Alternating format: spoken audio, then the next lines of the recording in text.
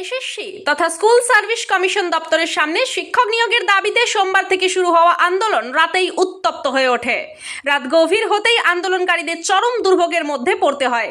শৌচাগার ও পানীয় জলের মারাত্মক অভাব দেখা যায়, যাকে ঘিরে ক্ষোভে ফেটে পড়েন শিক্ষক শিক্ষিকারা। দীর্ঘ সময় ধরে রাস্তায় অবস্থান করা শিক্ষক ও চাকরি প্রার্থীরা অভিযোগ করেন, প্রশাসনের পক্ষ থেকে পানীয় জল কিংবা প্রাথমিক সুযোগ সুবিধার কোনো ব্যবস্থাই করা হয়নি।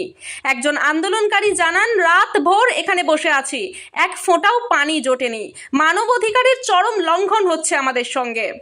এমতো পরিস্থিতিতে বিজেপি নেতা সজল ঘোষ একাধিকবার আন্দোলনকারীদের মাঝে উপস্থিত হন এবং পানীয় জলের ব্যবস্থা করেন।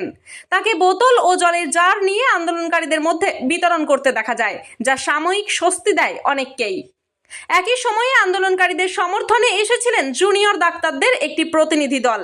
তারা জানান, এই আন্দোলন কেবল শিক্ষকদের নয়, বরং গোটা সমাজের স্বচ্ছতা ও ন্যায়ের প্রশ্ন। আমরা সর্বদাই শিক্ষকদের পাশে আছি। রাত বাড়ার সঙ্গে সঙ্গে পুলিশের উপস্থিতিও আরও ঘন হতে থাকে।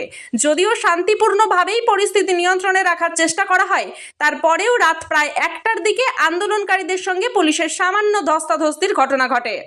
জানা যায়, একজন মহিলা আন্দোলনকারী অসুস্থ হয়ে পড়লে তাকে অ্যাম্বুলেন্সে করে হাসপাতালে পাঠানো হয়।